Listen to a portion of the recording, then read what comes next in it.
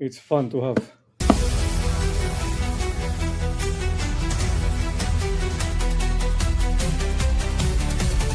From Cadenza Medical Clinic, the topic today is very important regarding our food supply. What is organic? Does it really matter? Is it really worth the price? My wife likes organic. Thank God she's not into GMO. And what is GMO? What is organic? So it turns out, as we know, it costs money. Organic, GMO, whatever camp you are, it matters in terms of knowing where we are. What organic labeling is really a regulatory term, meaning what actual scientific evidence would say about also organic versus GMO, and what is the implication for that? The practical framework in deciding on where the money goes in your budget. Does it really matter? What organic actually means is not just no chemicals. It's a specific legal standard in the USA, and the EU has pretty much similar standard to protect the consumer. It is regulated by the USDA National Organic Program, or NOP, and this isn't a marketing term companies can slap on a label. It's legally defined and enforced with fees up to 11,000 per violation of false claims. If you notice, there is a green and like a stamp. To be certified organic in the USA, a farm generally must, number one, have a land free of prohibited substances, most synthetic pesticides and fertilizers, for at least 3 years before the harvest. So that's a pretty good protection. But you have to pay attention what is just the organic label versus the one with a stamp.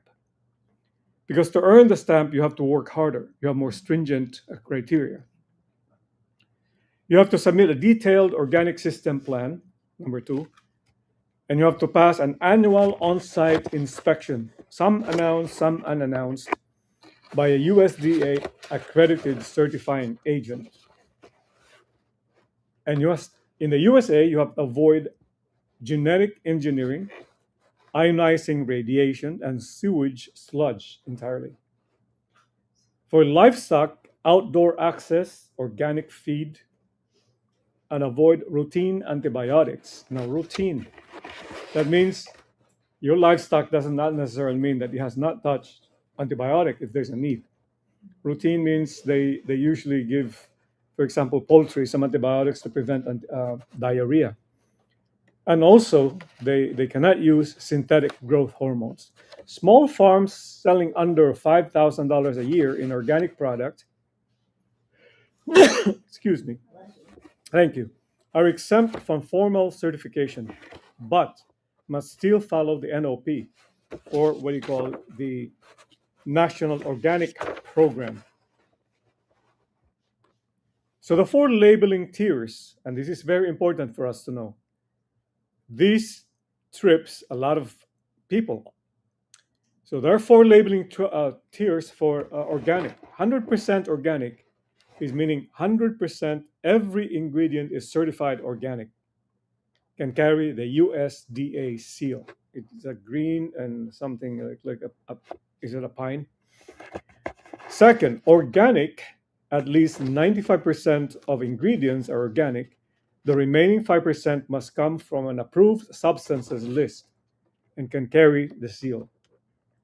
So that doesn't mean that if it's 90 organic, 95%, you still have the 5% that there's a chance that there's some lack of organic component. Then the next label is made with organic ingredients. What does that mean? At least 70% organic, 30% still remaining, cannot use this USDA seal. They cannot use.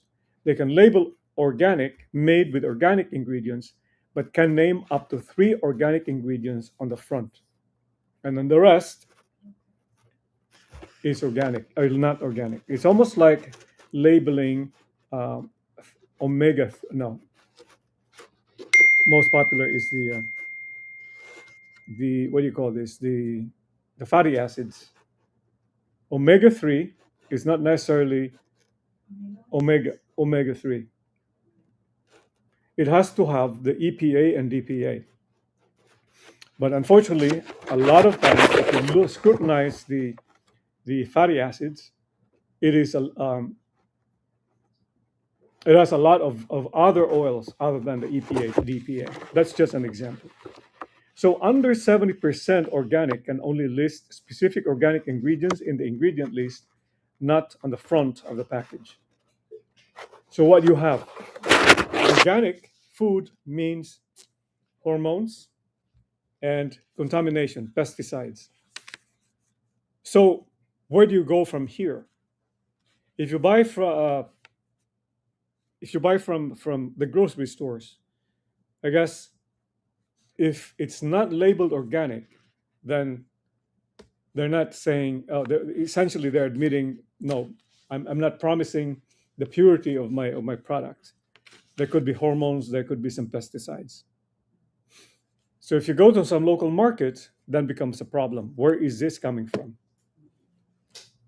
So a good way would be like vegetables. Really, what you're looking for is food products that can provide number one fiber and nutrients.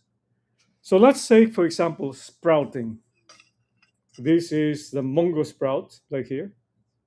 How did I make this? 2 days of planting in the farm. No, not necessarily. There's this sprouting container. You put the mung beans right here, and you just water it every day. Cover it in dark places, and then eventually you'll have these components.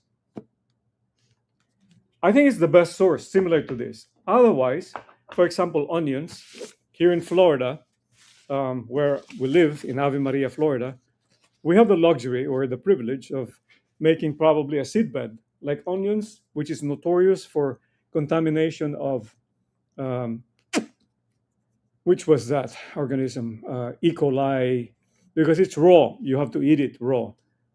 If you do it inside your lanai, avoid from spraying, then rest assured you have that kind of thing. If you have some other seedbed that can produce your herbs like cilantro or dill, then that's the base to do it.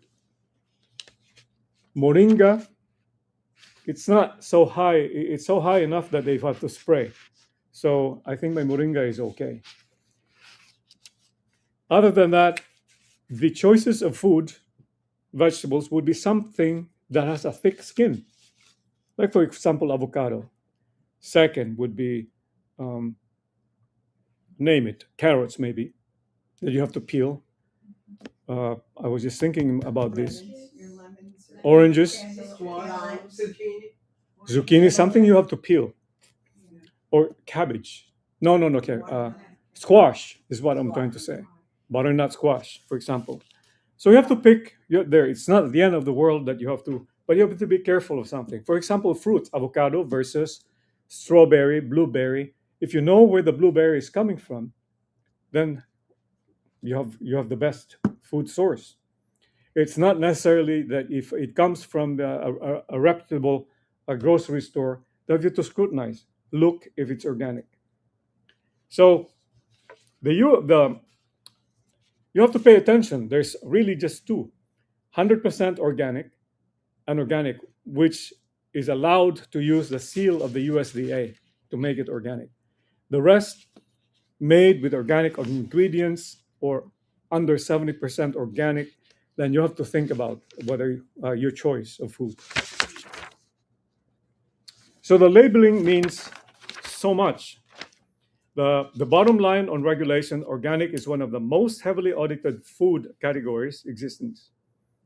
So point blank here is this: are we healthier in terms of going to the grocery store, and do we really have to scrutinize the labeling of the organic labeling? It might pay attention, it might be worth doing it and spending the money, because the trace minerals or the toxic minerals can accumulate through life. And then you'll have those symptoms of not being able to explain symptoms and affect the gut. It affect the probiome, and that can cause other chronic metabolic disease, autoimmune disease, and other things that can inflict you. In general, um, multiple studies have included a randomized trial found that switching to all organic diet can reduce measurable pesticide residue in urine by over 90%. So it's worth doing it. What toxic material are we interested? These are the lead, contaminated soil, historical pesticides, industrial pollution. It can give you neurotoxic problems like neuropathy. Arsenic, a soil, water, historical arsenic pesticides, inorganic arsenic. And guess what? What is the most important food that you need to associate with arsenic? Rice. And different variety of rice and source of rice has a different flavor, different content of arsenic. So what I have found out is that supposedly basmati rice or white rice with jasmine has lesser. Question is, we think all the time, is brown rice healthier than white rice? We always think that brown rice is more healthy, but if in the topic of contamination, brown rice, remember, still has the toxic material gets absorbed in the husk outside. So if you don't remove that, the likelihood of you having the contamination in rice is higher in brown rice by a lot of percent. For example, um, the brown rice, uh, it's a significant amount. So what is the lesson about this? So in order of uh, choosing the minimal arsenic, number one is the best would be white basmati, white jasmine, the white short grain medium, and the brown and the regular rice is way down on the bottom of the list. The what can we do in terms of making ourselves healthy and not be dependent on rice, especially in my home country, in the Philippines? It'd be rotation, really. Oatmeal, quinoa, um, those kind of maneuver can help us maybe lessen our dependence to rice. For example, rice, oats, quinoa, barley, buckwheat. Um, so those things you can use. Don't eat rice every day as your only primary grain. Choose rice varieties, what are we talking about? So use 6 to 10 is to 1 water cooking method when appropriate. So those can help us minimize problems with rice. Cups of water. Yeah, I think that's what it is. 6 cups of water to 1 cup of rice, depending on how you want it to be soft. 6 to 10 cups of water. Rinsing is not necessarily because it only rinses the superficial dust because the isn't nearly as effective. But the choice of rice matters so much. So to review, these are things, toxic materials or metals that can be uh, seen in food that has uh, not pure, like not organic. Lead, which can cause neurotoxic symptoms. Arsenic, particularly concerning for long-term exposure. And mercury, neurologic development. Does buying organic reduce these? Sometimes, but not reliably. It can. But this is an important distinction that we have to think about in terms of making the most of our money in, to, to help us get healthy. So, what are the associated metals and associated effects? As I said, um, lead, we talk about, arsenic in rice, cadmium, which can cause chronic kidney disease, mercury. Is it worth to be checked? In my opinion, I think a trace toxic minerals is also going to be one of the screenings that we have to do for wellness. The Aside from our metabolic panel, aside from inflammatory markers, uh, we have to pay attention to this, the trace minerals. So let's talk briefly about GMO. Why is GMO getting into the market? Why do we why do we look for the GMO? So the World Health Organization, FDA, USDA, and EFSA all independently conclude that approved GMO foods are as safe as their conventional counterparts. We have thought about that, could GMO food alter the DNA and cause cancer? It looks like it's not the case. So why the GMO? The the GMO food is supposedly for seed parent patenting. They're called super weeds to resist pests, to improve the production of the of the product. It reduces significantly chemical pesticide use. The GMO adoption has been associated with roughly a 37% reduction in chemical pesticide application, which is good, largely because pest resistant traits like Bt corn mean farmers spray less. Higher yields, it looks like 22% increase in crop yields on average for GMO. Environmental footprinting, less stealing, fewer pesticides, nutritional enhancement potential. So the most famous example is the golden rice, engineered to produce beta carotene and a vitamin A precursor to combat vitamin A deficiency, which causes preventable blindness and death in parts of developing world. So that's a good thing. It also helps climate resistance like drought tolerance and pest resistance, like in the Philippines right now or in Asia, around that Southeast Asia is so hot. So plants cannot survive, then there will be famine. So one important nuisance though is that herbicide tolerant GMO crops can also come up. And that can actually increase the use of certain herbicides because there's mutation, like glycophosphate, since farmers can spray more liberal without killing the crop.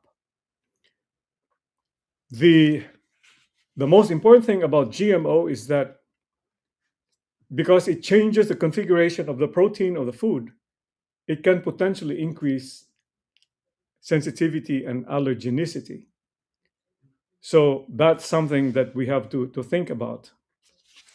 So with regards to the GMO, the golden rice, the biofortification for vitamin A, enriched grains and tubers like higher levels of iron, zinc, and micronutrients to improve public health. Potential in animal feed, GM crops will improve omega-3 content. So that's amazing, just manipulating the GMO content of the food. So in, in conclusion, organic food and GMO food is there to stay. Organic food is something that the people are getting more used to in terms of labeling. But we have to be aware that GMO does not, organic food labeling is not a blanket safety. It has to be 100% or less than 90% labeling. The rest, 70%, you would think, is it really worth buying those kind of food? There's still a lot of contamination. The reason why for organic food importance is number one, hormones, antibiotics. And the most important thing is the trace minerals, the metals, toxic metals, especially rice. Rice is notorious to have arsenic, depending on where it's harvested, depending on the species. So to again, arsenic, cadmium, mercury, thallium, chromium, and nickel. These can be tested through blood. For example, arsenic can be tested by 24-hour urine. Cadmium can be tested with urine plus blood. Mercury can be tested by blood or urine. Thallium by urine. chromium by urine, nickel by urine. So if you don't like needles, you can get trace mineral toxic metals tested. Some would use hair, but it's I think the blood and the urine is more favored. So you're thinking about general terms. To be healthy, consider organic food. Most importantly, consider planting your own source of vegetables or fibers. Your preference of food would be something like vegetables with thick skin, for example, squash. Um, Avoid fruits that's exposed skin, like strawberries, for example. The new wave of contamination with cryptosporidia, which is from the romaine lettuce, the winter romaine lettuce, uh, was traced in Mexico, in a farm in Mexico, that has caused some morbidity, diarrhea, and hospitalization. The other thing is cilantro at some point was also, it's easy. But I was with a neighbor at Publix, and she saw me looking for dill. She said dill can easily grow in seedbed. I have successfully grown onions, um, moringa, of course, tea, no, the purple tea, and I have gotten into sprouting. That's what I have shown a while ago. Did I show you this? This is, and you can make a good salad from the Korean restaurant. It's so good. So this is easy to do. For example, one whole stack of these can give you a bowl of fiber that can feed you for the next 2 to 3 days of fiber. And you add some squash, you add some other vegetables that you need to slice up and take away the skin. So that's an alternative. Because it's great when you do it yourself, but it's like one of the worst things you can buy in a supermarket. Exactly. That's more germs. So if you buy these sprouts in the supermarket, then it's you cannot assure purity in terms of the bacteria and It's of very bad. the handling itself. So that is the food that we go into. So organic food, GMO are important topics and things that we need to pay attention to. It is regulated by the government labeling, and they're protecting us, hopefully. So pay attention to the next topic. We will be talking about more about how we talked about recently about medicine cabinets. Today we talk about foods that are commonly accessible in their pantry. So till next time, we are going to continue with our series of medicine and faith, live from Ave Maria.